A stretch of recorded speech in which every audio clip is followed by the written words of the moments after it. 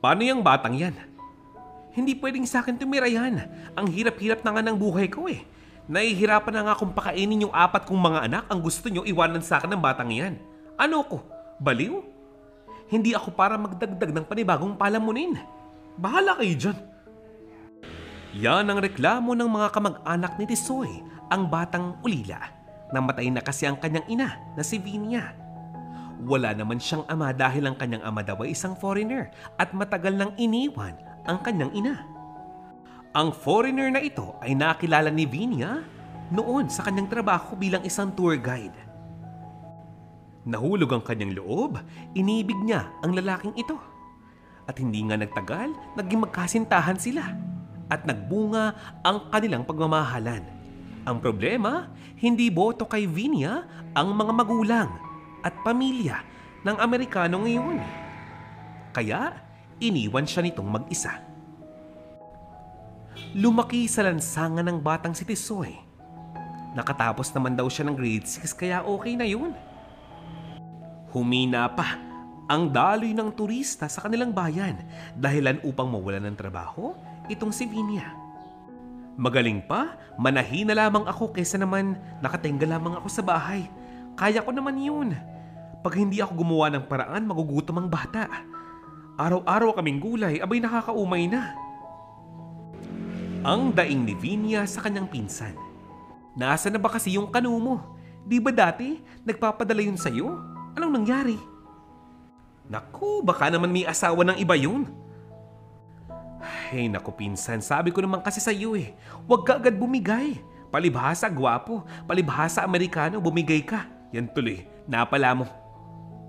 Wala nang ang naisagot si Vinia dahil may punto nga naman itong kanyang pinsan. Wala siyang ibang aasahan dahil wala siyang ibang kakampi. Sino pa? Matagal nang pumanaw ang kanyang mga magulang.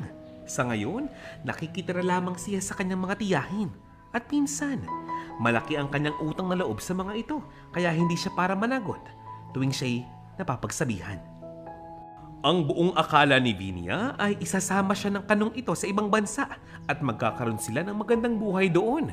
Palibhasa, bata pa siyang na-in-love kaya naman medyo hindi pa nga makatotohanan ang kanyang ideya sa pag-ibig. Malas nga lamang niya dahil ang pamilya ng kanong iyon ay napakamata-pobre.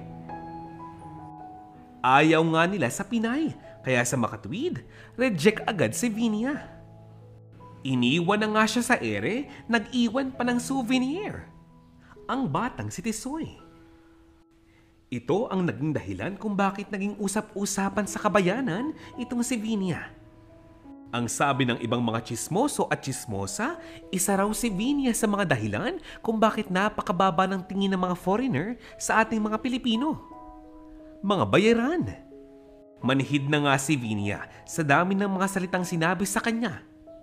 Sa dami ng mga paratang tungkol sa kanya. Kahit na kung tutusin, wala silang alam na kahit nakatiting sa kanyang mga pinagdaanan. Lahat ng panglalait mula mismo sa kanyang mga kamag-anak natikman ni Vinia. Sa halip na karamay niya ang mga ito, kadugo pa niya ang maninira sa kanya. Tila ba sa buhay na iyon, si Vinia lamang at Tisoy ang magkakampi. Ngayon, nagsisiksikan ang mag-ina sa loob ng isang kwartong tagpi-tagpi lamang. Napahiram ng kanyang pinsan. O anak ha, sabi ko sa'yo, huwag ka masyadong lalayo. May sinaing naman sa bahay, kumain ka. May itlog doon para maulam mo. Bantayan mo ang ating munting bahay at baka manakaw na naman yun ang iyong mga pinsan. Mahirap na. Hindi madaling kumita ng pera anak. Tumango na nga lamang ang binatilyong si Tisoy. Diretso na nga ito ng kanyang pagbabike na hiniram lamang niya sa kanyang mga kaibigan. Sanay na nga itong si Vinia na kapag wala sa bahay si Tisoy, lagi ito nasa lansangan kasama ang kanyang mga kaibigan. Panatag naman ang kanyang loob dahil nga kilala naman daw sila sa lugar na iyon. Walang gagawa ng hindi maganda sa kanya. Sa kabilang barangay, maraming magandang tanawin, mataas na burol at mga tourist spot. Kaya doon, napakaraming taong palaging tambay. Kaya nga lamang, hindi ganoong kalakas ang kitaan dahil nga bihira na ang mga foreigner. Itong si Vinia, humahanap pa rin ng paraan upang kumita nga ng sapat na salapi. Nag-apply siya sa isang tahian ng basahan. Piso, kada isang bilog na basahan kanyang matatahi ang kanyang kikitain. Kapag nakaisang daan ka, aba, okay na yun para sa maghapon. Kahit papaano, meron na nga silang makakain mag-ina. Lumipas pa ang ilang mga araw, kinausap ni Tisoy ang kanyang ina. Inay, nasan po ba ang aking ama? Sino po ba siya? Nasan po ba talaga siya ngayon? Bakit iniwan niya po tayo at kailan po siya babalik? Anak, ayaw sa atin ng iyong lola. Kaya sa malamang, baka may iba ng asawang iyong ama. Basta, hayaan mo na, may awa ang Diyos sa atin. Lumipas pang ilang mga taon, lumaki na nga itong si Tisoy. Kaya na nga niyang magtrabaho. Kahit ano, pinapasok niya. Kargador o pahinante man, okay lang. Hindi siya para mamili. Kasama niya ang kanyang mga kaibigan na mahirap lamang din ang buhay. Lahat ng pwede nga nilang ibenta, ibibenta nga nila. Meron lamang silang makain. Awang-awa na kasi itong si Tisoy sa kanyang ina. Hanggang nakaramdam na nga itong si Vinia ng hindi maganda. Palagi na nga sumasakit ang kanyang tiyan. Subalit, inilihim niya nga ito sa kanyang anak. Tuwing umaatake, ang sakit na iyon halos mawalan nga siya ng malay. Hanggang isang hapon, habang siya nagtatrabaho sa isang tahian, nawalan nga ito ng malay. Bigla itong natumba. Biglang nagpanik ang kanyang mga kasamahan. Agad siyang itinakbo sa pinakamalapit na ospital. Pero, komplikado na pala ang kanyang karamdaman sa bato.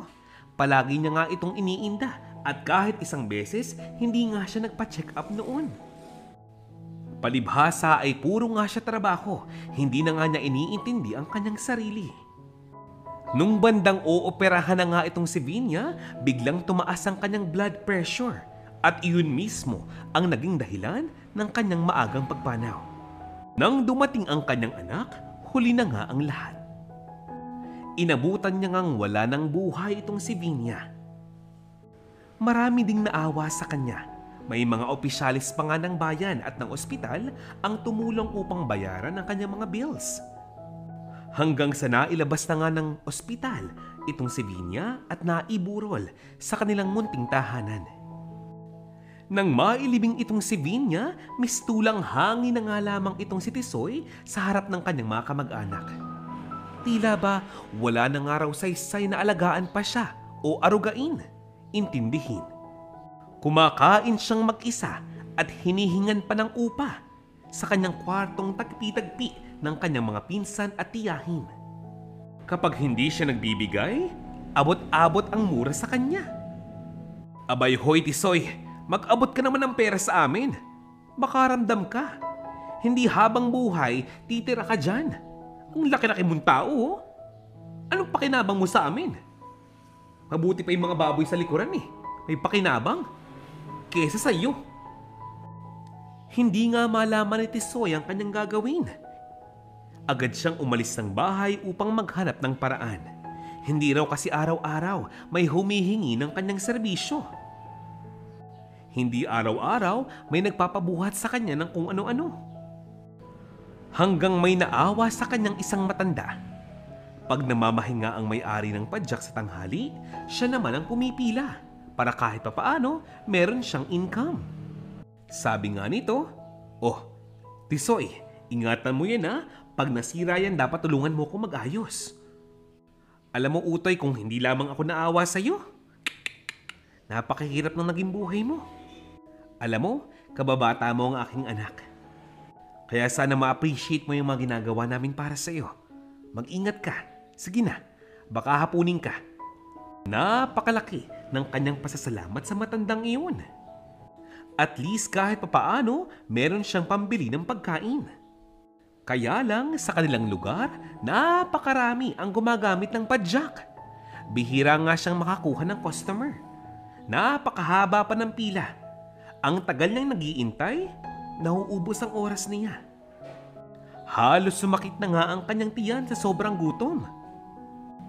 Tuwing siya'y nakikita ng kanyang mga kamag-anak, abay hindi man lamang siya binabati. Dumaan din nga sa punto na hindi na nga siya makauwi sa kanyang kwartong tinutulugan dahil wala naman siyang iaabot sa kanyang mga pinsan. Sa kanyang mga tiyahin. Napilitan na nga lamang itong si Tisoy na matulog kung saan-saan. Minsan sa waiting shed, kadalasan kahit sa harapan ng bangko tuwing gabi. Basta makapaglatag raw siya ng karton, okay na yun. Aagahan na lamang daw niya ang kanyang gising. Isang araw, naimbitahan si Tisoy ng kanyang kababata, ang anak ng may-ari ng padyak na kanyang ginagamit sa trabaho upang maligo sa ilog. Medyo nangangamoy na raw kasi itong si Tisoy, nakakahiya na sa mga pasahero. Nilibre siya ng sabon at shampoo, maging tuwalya at damit na kanyang maaaring isuot, ibinigay na rin sa kanya. Noon, nagsimulang maging mas matibay ang kanilang samahan. Naging matalik na magkaibigan. Kaya lang, nag-iba ang lahat ng itong kanyang kaibigan ay magpunta ng Maynila upang mag-aral. Balik siya sa kanyang dating gawi, sa kanyang dating buhay. Isang araw, naisipan niya ngang umuwi sa bahay ng kanyang pinsan. Tutal, meron daw siyang hawak na pera, meron siyang pambigay at hindi na nga nakakahiya kung gamitin man niya ang kwarto na tagpi-tagpi. Laking gulat niya dahil wala na ang kwarto ngayon. Sinubukan niyang kausapin ng kanyang pinsan pero ayaw siyang kapulungin. Ang kanyang tiyo at tiya, lahat abala. Ipinatapon baga naman ang kanyang mga gamit kasama ang mga lumang gamit ng kanyang ina. Mga bagay na nagsisilbing alaala niya dito. Lahat yun nakatambak sa basurahan. Nilalangaw, ginuguyam, nilalanggam, inuuod na. Basang-basa pa ng ulan.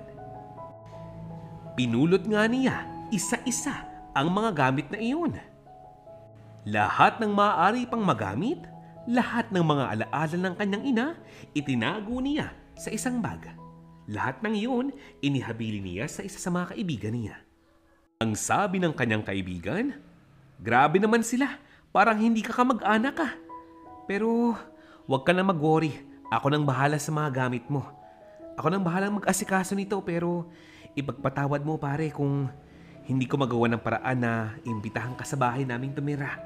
Alam mo naman di ba? Magagalit yung nanay ko. Bumalik itong si Tisoy sa kanyang trabaho bilang tagapadyak. Naghintay siya ng mga oras. Napaluha ito dahil parang pakiramdam niya walang katapusan ng kahirapan sa kanyang buhay. Meron pa bang magbabago rito? Isipin nyo. Wala siyang sapat na pera, walang tahanan, walang pagkaing makain, bihira pa magkaroon ng tunay na kaibigan. Tila ba nauubusan na nga siya ng kumpiyansa sa kanyang sarili. Hanggang may dalawang lalaking matanda na ang lumapit sa kanya at nagtanong, Iho, hindi ba't ikaw si Tisoy, yung anak ni Kavinia noon? Ikaw ba yung anak ng turista? Yung kano? Hindi ba?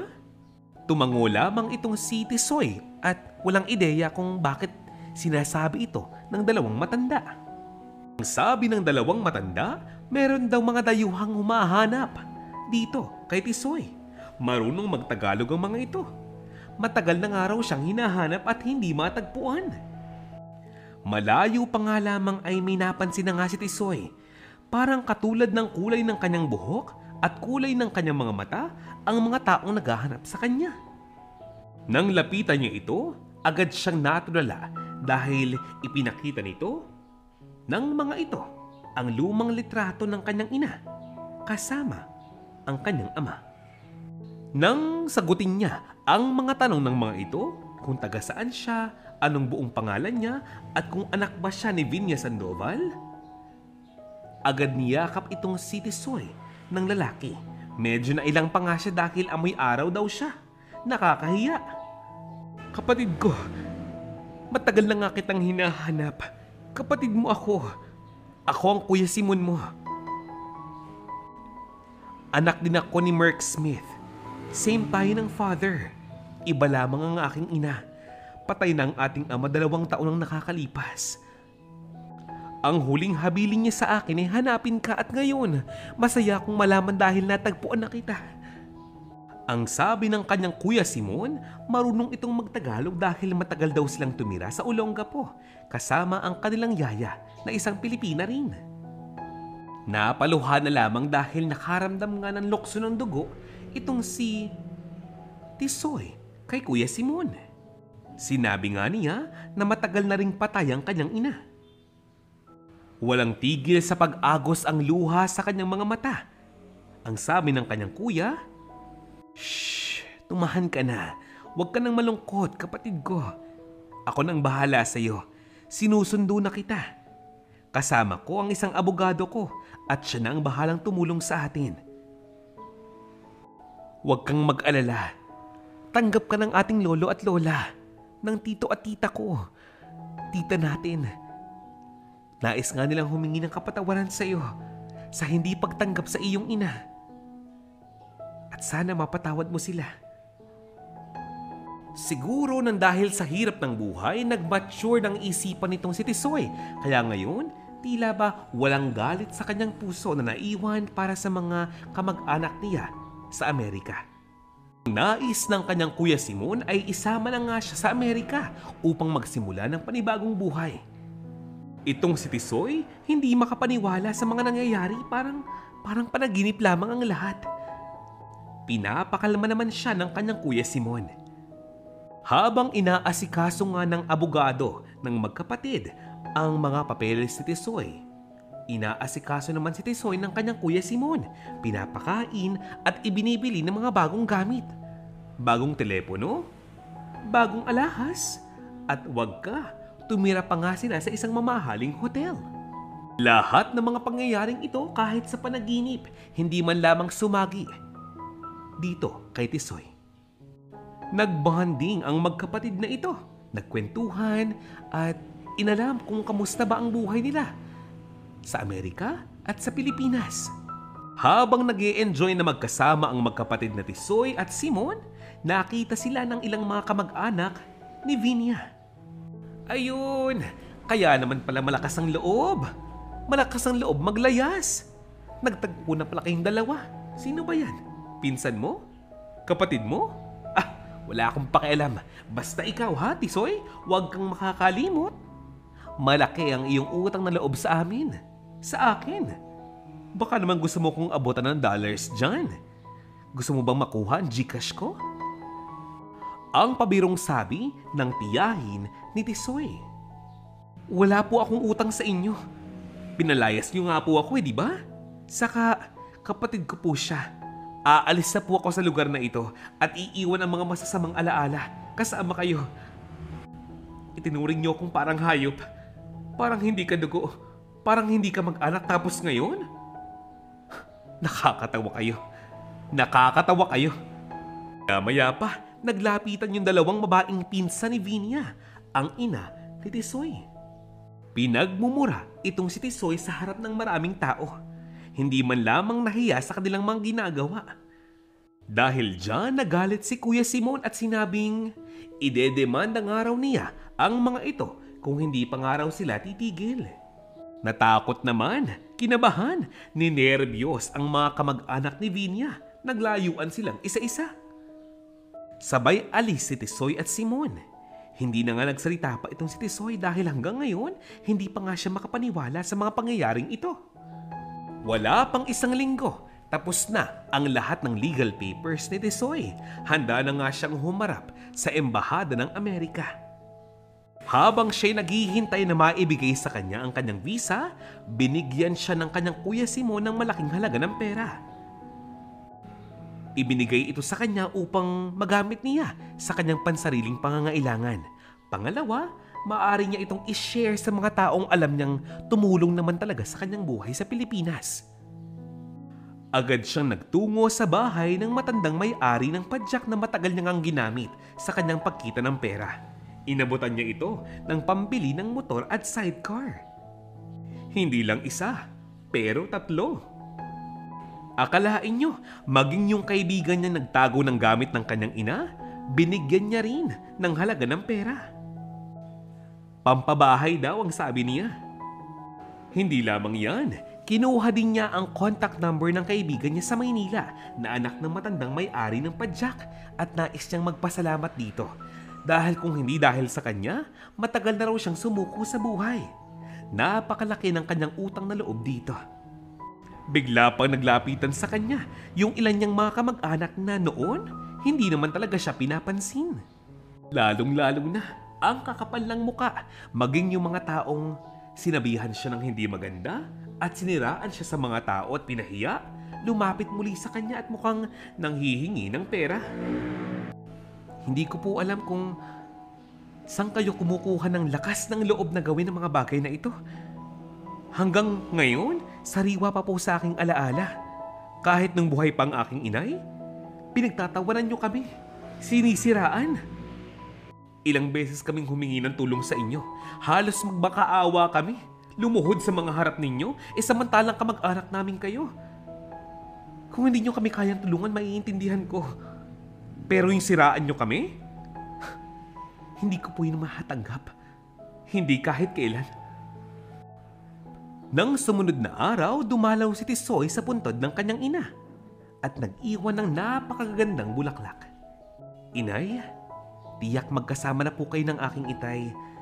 Sana pa'y gabayan niyo po ako sa mga bagay na gagawin ko. Hanggang sa ngayon hindi pa po ako makapaniwala pero itay, inay, kayo na pong bahala sa akin. Salamat po sa lahat. Salamat po sa buhay. Ilang araw pa nga ang lumipas, umalis na nga si Tisoy kasama ang kanyang kuya Simon papunta ng Amerika. Magkahalong lungkot, kaba, excitement, at saya, syempre, ang kanyang nararamdaman ngayon. Sinalubong sila ng mga kamag-anak ni Simon. Niyakap siya ng napakahigpit. Nakakatuwa dahil kamukhang kamukha pala niya ang kanyang ama. Nakita niya sa ilang pang mga litrato. Ang kanyang lolang Amerikana lumuluha sa kanyang harapan. Naka-wheelchair ito at alam mong mahina na ang katawan. Humihingi ito ng kapatawaran sa mga bagay na kanyang nasabit na gawa, ilang taon na nga ang nakakalipas. Hindi naman niya kasi sukat akalain. Ang alam lamang niya, foreigner ang kanyang ama pero hindi niya alam, mayaman pala talaga ito. Halos tumigil ang kanyang mundo nang makita niya ang isang napakalaking litrato sa loob ng kanyang kwarto. Ang picture na ito ay litrato ng kanyang ina nung dalaga pa. Napakaganda ng kanyang ina. Na-miss niya ito ng sobra. Bumalik sa kanyang alaala ang lahat ng kanilang mga pinagdaanan. Itong si Kuya Simon ang kanyang naging gabay sa panibagong buhay sa Amerika. Nagsimula siyang mag-aral muli. Sa bansa ngayon, naging napakahirap pero kailangan niyang kayanin. Ilang taon pa nga ang lumipas, nakapagtapos na nga ng pag-aaral itong si Tisoy. Lahat kinaya niyang harapin sa tulong at suporta ng kanyang tunay na pamilya. Sino mag-aakala na ang binatang noon ay padyak lamang ang pinagkakakitaan, ngayon may kanya na ngang negosyo. Sa paglipas pa nga ng ilang mga taon, paganda pa ng paganda ang takbo ng kanyang negosyo roon dahil katulong niya ang kanyang kuya Simon. Isang araw, naisipan niyang bakit hindi siya bumalik ng Pilipinas upang sunduin naman ang kanyang mga kaibigan doon. Sinundo niya ang dalawang kaibigang ito at binigyan pa ng magandang trabaho sa Amerika. Ngayon, magkakasama sila sa Amerika, bumubuo ng kani-kanilang mga buhay at kani-kanilang mga pamilya. Ang pagkakaibigang ito ay mukhang mas pagtitibayin pa ng panahon. Sabay ng paglipas ng mga taon, kinalimutan na nga nitong si Tisoy ang lahat ng masamang alaala dito sa Pilipinas. Ang kapalit nito ay ang kapayapaan sa kanyang isipan at kanyang puso. Dito na nga po nagtatapos ang ating istorya ngayong araw na ito. Maraming salamat po sa inyong lahat. Shout out time! Hiling, Adelaida de la Peña, Miss Beatriz B., Cindy Manalata, Mirna Galicia, Presi Katsia, Rose de Monteverde at Maximo Andalan. Hello! Hello, Lucina Bondok Nakamura, Geneza Fugata, Rose Pablo, Yayay Pulgo, Helen Carido, Editha Pulgo, Virginia Reyes, Nati Sister, syempre, nandiyan din si Miss Benilda Malayo. Maraming salamat po sa lahat ng komentong inyong iniwan para aming mabasa. Sa lahat ng babati, sana po ay nasa maayos kayong kalagayan. See you again next time. This is Von Imalia TV. Paalam!